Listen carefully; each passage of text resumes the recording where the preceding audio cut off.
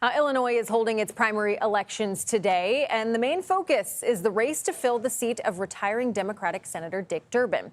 The three leading candidates in the Democratic contest, Illinois Lieutenant Governor Juliana Stratton, Congressman Raja Krishnamurthy, and Congresswoman Robin Kelly, all have pledged to fight the Trump administration if elected. CBS News White House reporter Aaron Navarro is here to discuss. So, Aaron, Illinois, it's traditionally a very blue state. Walk us through what the top races are here and what they could tell us about the direction of the Democratic Party.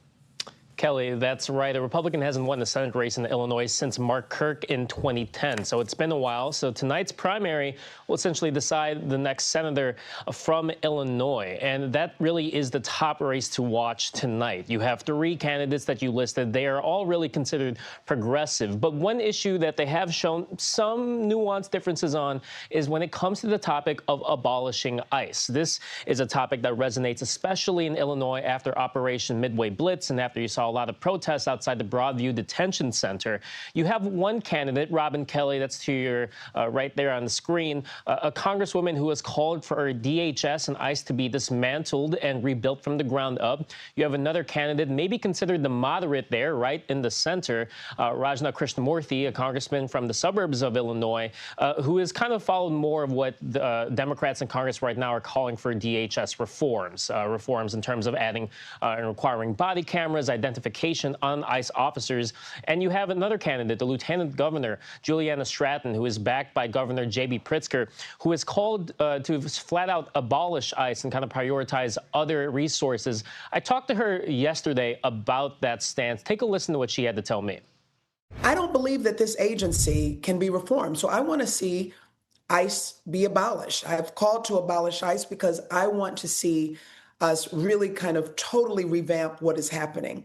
And I certainly want to make sure that we see border security, and that can happen at the border, but we shouldn't see CBP marching down Michigan Avenue in Chicago, for example. Now, there are some House primaries that have also gotten a good amount of attention. One is the 9th District, where a 26-year-old, Kat Abu-Ghazaleh, kind of a very online Media Matters journalist, has gotten some momentum, though she still faces an uphill battle against the local mayor in that race. And in the 2nd District, where you see Jesse Jackson Jr., the son of the late Reverend and former congressman, before he had to resign due to a campaign finance scandal, nearly a decade later, he's looking to make a return to Congress. Aaron, let's talk about spending, right? Outside spending has been rampant in these Democratic primaries. What sticks out to you?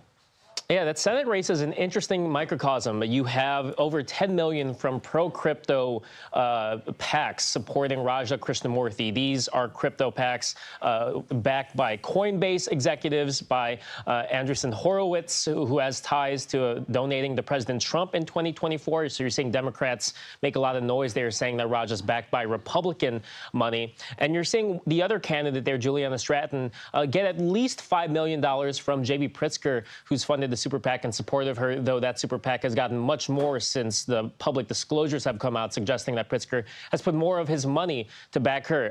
That's an interesting kind of contrast there in the Senate race. And overall in the House races, the biggest spender is AIPAC, the pro-Israel PAC. They've spent over $21 million to boost their preferred candidates in at least 4 Chicagoland races. How that turns out will be watched today, especially after they spent and fell short in the New Jersey primary special election earlier this year. Yeah, that crypto spending and the crypto vote really did have some impact in the 2024 race.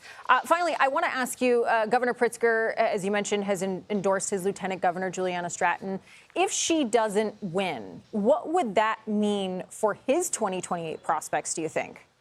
I've been talking to operatives in Chicago who have told me both sides. One said that loss by Stratton would essentially prove that Pritzker is ineffective in governing and controlling the Democratic Party in his own state. Another brings up the fact that Stratton has been Pritzker's partner in governance for the last 4-8 years. So it'd be weird if he did not endorse and back her. At the end of the day, what he has at least put in money-wise to back Stratton, it does pale comparison to what he spent on his own gubernatorial campaigns, but certainly there could be some 2028 tea leaves based on the results tonight.